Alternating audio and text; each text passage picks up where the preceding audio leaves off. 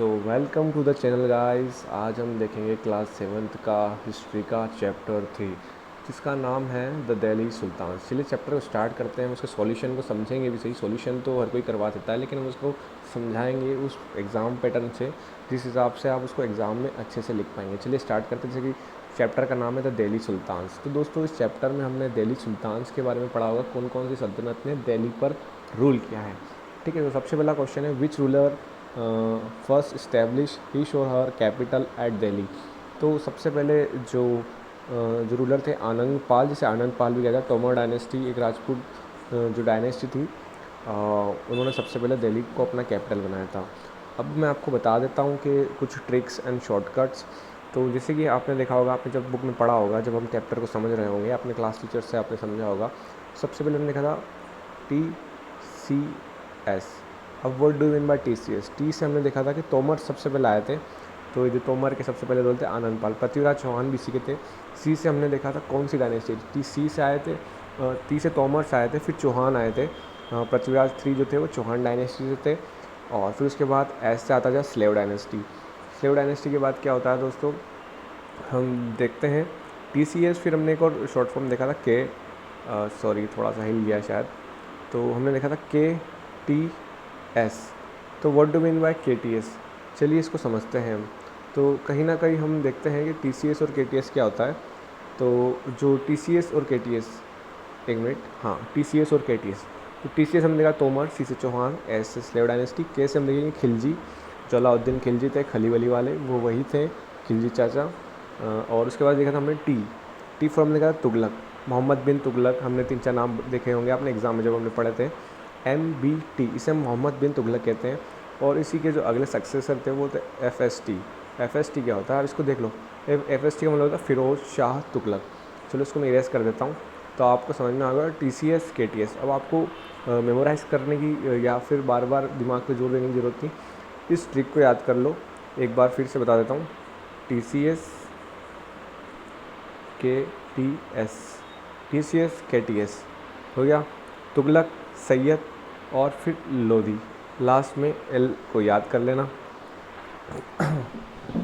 तो ये अगर आप याद कर लोगे तो आपका काम पूरे चैप्टर का दिल्ली सल्तनत का हो जाएगा। चलो ट्रिक्स तो मैंने बता दी, अब आगे क्वेश्चन में देखते हैं अगला वाला क्या है। Second question, what was the language of administration under the Delhi sultans. तो दिल्ली समय पर जो दिल्ली की जो सल्तनत थी उस समय कौन सी लैंग्वेज में एडमिनिस्ट्रेशन किया जाता था। एडमिनिस्ट्रेशन का मतलब होता है जो राजपाट संभलता है। जैसे आज हम इंग्लिश और हिंदी में इंग्लिश और हिंदी यूज़ करते हैं। इंग्लिश यूज़ होती है मोस्टली जो सुप्रीम कोर्ट वगैरह में, और हिंदी स्टेट में यूज़ होती है। वैसे ही दिल्ली सल्तनत में जब आप देखेंगे तो लैंग्वेज ऑफ एडमिनिस्ट्रेशन जो था दोस्तों वो पर्शियन लैंग्वेज थी। अब पर्शियन लैंग्वेज ही क्यों थी, ये आपके मन में सवाल आना चाहिए। तो मैं बता देता हूँ कि पर्शियन इसलिए थी क्योंकि हम चारों तरफ से अफ़गानिस्तान से लोग आए थे। ईरान, सुल्तान जो ईरान वगैरह हो गया, ईरान से हो गए, और जो उज़्बेकिस्तान हो गए, तो जितने भी ये लोग थे ये सभी वेस्टर्न कंट्री से बिलोंग करते थे। इसलिए पर्शियन लैंग्वेज को कैपिटल जो एडमिनिस्ट्रेशन की लैंग्वेज बना दिया गया। चलिए आगे बढ़ते हैं। What was the next question, in was in this सल्तनत जो थी सबसे फारदेस्ट एक्सटेंट पे इसका मतलब होता है कि सबसे अच्छे वक्त में या सबसे दूर तक इसका साम्राज्य फैला हुआ था। तो एक नाम आता है मोहम्मद बिन तुगलक। अब ये कौन थे, इनको समझ लेते हैं। इनको हमने देखा था अभी शॉर्ट फॉर्म में MBT। राइटिंग पे ना जाना भैया, राइटिंग हमारी भी एवरेज है। अभी क्या है, अभी हम टैब में लिख नहीं पा रहे ना, हमारे पास अभी हमारा पेन ख़राब हो गया था, इस वजह से हमें अभी हाथ से करना पड़ रहा है, तो वो फिंगर से ऐसा ही होता है। MBT अब इन्होंने क्या करा था, इन्होंने एक डिपार्टमेंट बनाया था, आमिर ए कोही। अब ये क्या होता है, आमिर कोही का मतलब होता है एग्रीकल्चर डिपार्टमेंट। कुछ भी एग्रीकल्चर की समस्या होगी उसका लैंड रिकॉर्ड रखना होगा। जो आज के ज़माने में पटवारी वगैरह करते हैं ना, वो ही है दीवाने आमिर कोही। वहीं से जो पटवारी है आज का, पटवारी हमारे भैया, पटवारी जो ज़मीन का रखते हैं ना एग्रीकल्चर का लैंड हिसाब, वही है ये पटवारी भैया हमारे दीवाने आमिर कोही। अब आमिर कोही मतलब बहुत अमीर आदमी हो जाता है जो ज़मीन नापता, पटवारी जो आजकल अमीर हो जाता है ना, वैसे ही। चलो अगले क्वेश्चन में देखते हैं। From which country Ibn Battuta travel to India. Ibn Battuta भैया बहुत स्पेशल नाम है, जीवन भर याद रखना पड़ेगा, बहुत ही अजीब नाम है इबन बतूता। तो कहाँ से आए थे? मोरक्को से आए थे। अब मोरक्को कहाँ आ गया है इसको समझते हैं। मोरक्को, अगर आप अफ्रीका का मैप देखेंगे, ये अफ्रीका, अगर बाई चांस अगर आपको अफ्रीका जैसा लग रहा होगा, तो अफ्रीका में यहाँ पर एक कंट्री है, इसका नाम है मोरक्को। यहाँ पे है मोरक्को, यहाँ से आया तो ये इब्न बतूता। कहाँ है? तो ये इंडिया है। यहाँ से ऐसे ऐसे निकलते, ऐसे ऐसे निकलते और यहाँ आगे इंडिया आ जाते हैं, और इंडिया में कहते हैं भैया क्या है हमें बताओ, और दिल्ली सल्तनत में घूमते। और जो होती किताब, एक उनकी किताब का नाम है रिहाला, है ना, रिहाला नाम है, अगर आप उसको देखेंगे तो रिहाला किताब है, उन्होंने वो लिखी थी। अब ये क्वेश्चन में से अंडरस्टैंड वाले पूछते नहीं, लेकिन समझा देते। According to circle of justice, why it was important for the military commanders to keep the interest of peasantry in mind. तो भैया ये ऐसा कह रहा है कि जब मिलिट्री कमांडर्स को जस्टिस करना होता, न्याय करना होता था, तो उन्हें पीजेंट्री या फिर उनकी जो किसान है उनका भला क्यों सोचना पड़ता था। तो ऐसा क्यों है, कुछ तो वजह होगी, चलिए समझते हैं। According to the circle of justice, it was important for military commanders to keep the interest of peasantry in mind, because यहाँ से आंसर स्टार्ट होगा। Because a king can not survive without a soldiers. जो king होता है वो soldiers के बिना survive नहीं कर सकता है, and soldiers can not live without salaries, and salaries of the soldiers come from the revenue collected from peasants, but peasant can pay revenue only when they have prosperous and happy. अब इसका मतलब हिंदी में समझते हैं। तो ये सबसे बड़ी बात है, सबसे बड़ा राजा, सबसे बड़ा आदमी फार्मर, जिसे हम पीजेंट भी कहते हैं, वो सबसे ऊपर है। अब कैसे? अब किंग को मैनेज करना है, एक बार इसको मिटा देता हूँ मैं, अच्छे से समझ में आएगा आपको। हाँ, अब देखते हैं हम, ये सबसे ऊपर देखा हमने किंग, किंग की होगी सेना बहुत सारी, ये सेना है, सेनापति, ये सब किंग कंट्रोल कर रहा है। मिलिट्री कमांडर रख रखा है बीच में, उसको कंट्रोल कर रहा है। अब किंग क्या करेंगे? कोई आपके लिए फ्री में काम तो करेगा नहीं, आपको लगेगी सैलरी, आप लेते हो, जैसे सैलरी लेते हो, आप काम करते हो, आपके मदर फादर सैलरी लेते हैं ना गवर्नमेंट से, सैलरी नहीं देंगे तो कोई काम क्यों करेगा। अब उसको सैलरी आ कहाँ से? वो सैलरी आ रही है आम लोगों से, किसानों से, हमसे, आपसे। तो हमसे टैक्स लेकर, ये टैक्स हमसे लिया, एक व्यक्ति है, किसान है भैया, इन्होंने टैक्स दिया किंग को, अब किंग ने इनको सैलरी में दे दी, किसान खुश रहेंगे तो ही आगे कंटिन्यू मिलिट्री चल पाएगी, इसलिए किसान बहुत इंपॉर्टेंट थे। अब ये समझ में आया, नेक्स्ट क्वेश्चन की ओर चलते हैं। Okay, next, what is mean by the internal external frontiers of the सल्तनत। अब इंटरनल और एक्सटर्नल फ्रंटियर्स क्या होता है? इंटरनल फ्रंटियर ऑफ सल्तनत इंक्लूड हिंटरलैंड। अब हिंटरलैंड का मतलब होता है वो जगह जो समुद्र किनारे होती है, जहाँ पे सामान रखा होता है समुद्र का, जैसे कि ये जो पोर्ट्स बंदे होते हैं ना, जहाँ पे बहुत सारे कंटेनर शिपयार्ड होते हैं, उसे बोलते हैं हिंटरलैंड।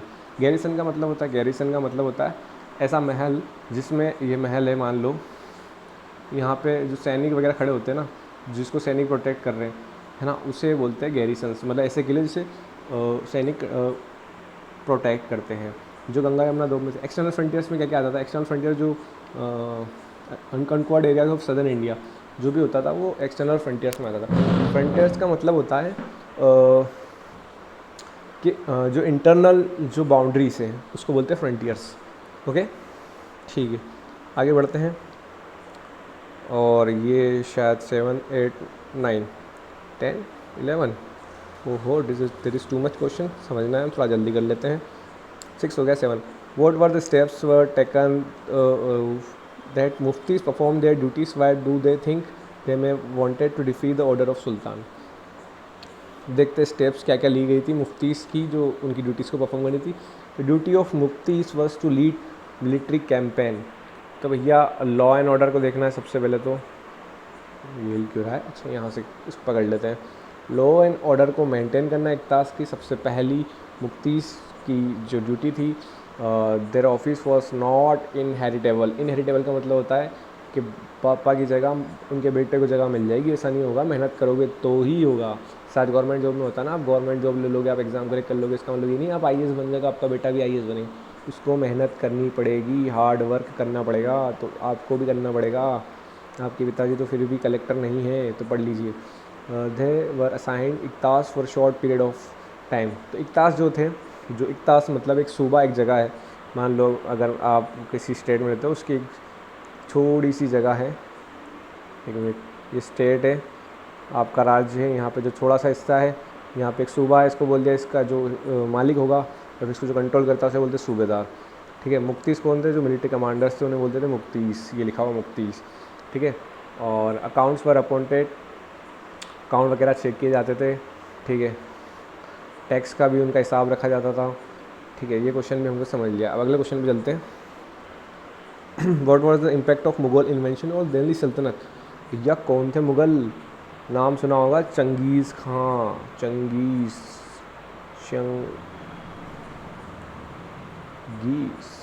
या नाम ही खतरनाक है, इतना बड़ा तो कितने खतरनाक आदमी होंगे। ये थे चंगेज़ खान। कहा जाते थे ये मंगोल से, जो चाइना के ऊपर वाला जो एरिया है ना उसे बोलते हैं मंगोल, मंगोलिया बोला जाता है आज के ज़माने में। तो मंगोल से आते थे भैया रूलर्स बहुत सारे। तो उस समय क्या होता था कि रूलर्स जो दिल्ली सल्तनत के थे उनको स्टैंडिंग आर्मी रखनी। स्टैंडिंग आर्मी क्या होता है? खड़ी वाली आर्मी नहीं। स्टैंडिंग आर्मी का मतलब होता है वो व्यक्ति या फिर वो लोग जो हमेशा तैयार रहें आपके लिए। स्टैंडिंग आर्मी का वो नहीं कि रात भर खड़े रहना है, दिन में भी सोना भी खड़े खड़े, ऐसा नहीं होता है। स्टैंडिंग आर्मी का मतलब होता है कि आपको जब बुलाया आपके पास लोग खड़े हों, आपके बंदे बुला लो भैया, फ़ोन कर दो, अभी आ जाएंगे। ठीक है। Alauddin constructed a new garrison, वही बताया मैंने, किले विले बनाने स्टार्ट कर दिए। सिरी एक जगह थी जो दिल्ली में आज भी है, एक सिटी का नाम है, एक छोटी सी पार्ट है दिल्ली का, वहाँ पे सोल्जर्स वगैरह रहते थे। Okay. To feed the large number of soldier harsh taxes were impose on peasant. ये इतनी बड़ी सेना संभालनी है तो बड़ा टैक्स भी लेना पड़ेगा ना किसानों से, तो किसानों का बोझ बढ़ गया था। They started paying the soldier in cash rather than इक्तास। ज़मीनें दे दे कि ज़मीनें इतनी ख़त्म हो गई कि भैया उनको क्या कैश में पेमेंट ले लो। ठीक है, कैश में पेमेंट लेने लग गए।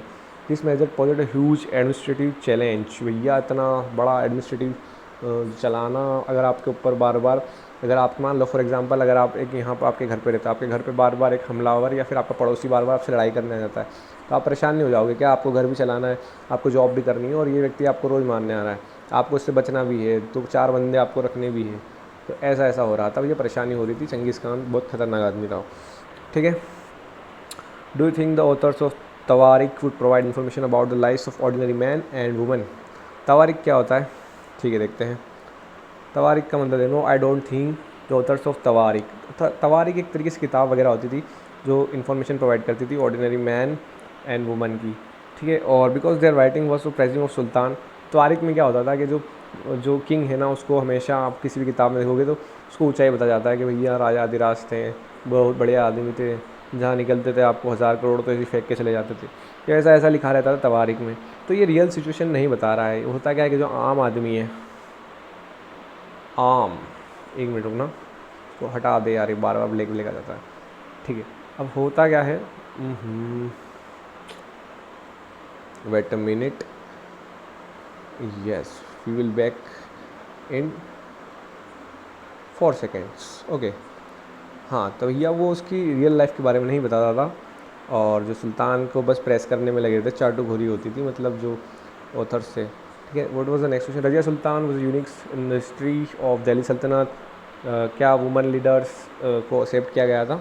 टुडे मैं इसको कंपेयर करके बताना। Razia Sultan was unique in the history of Delhi सल्तनत because she was the first woman to rule. ठीक है। She was more able and qualified than all her brothers and because of the today because of democracy now the world is open. हाँ, तो आज के ज़माने में क्या democracy है अपने स्टेट में, तो minded in terms of gender equality, women leaders emerge हो रही है। The period prove women can to be the top of the leaders, यही बात है। तो उस ज़माने में क्या था? उस ज़माने में थे मोनार्की। मोनार्की का मतलब जहाँ पे किंग रूल करता है। रजिया बन जाती है किंग, किंग बना देते हैं इसको, मतलब क्वीन बना देते हैं, रूलिंग क्वीन हो जाती है। तो उस समय बहुत अच्छा करने के बावजूद इन्हें सपोर्ट नहीं किया जाता है। आज इंडिया में डेमोक्रेसी है, डेमोक्रेसी में हर कोई वुमन बन सकती है। एक प्राइम मिनिस्टर का नाम बताओ जो हमारे वुमन रही है, जो सबसे मोस्ट पावरफुल लेडी रही है, जिनका नाम है इंदिरा गांधी। तो भैया ये सबसे बड़ा डेमोक्रेसी में आप फॉर मोस्ट एग्जांपल देख सकते हैं, इंदिरा गांधी। तो भैया प्राइम मिनिस्टर हमारे यहाँ फीमेल रही है, मतलब अब वैल्यू और लाइफ अच्छी हो गई वुमेंस की डेमोक्रेसी में। Why there the Delhi sultan interest in cutting down forest? तो भैया क्यों पेड़ काटना चाहते थे, ये हमें बताना है।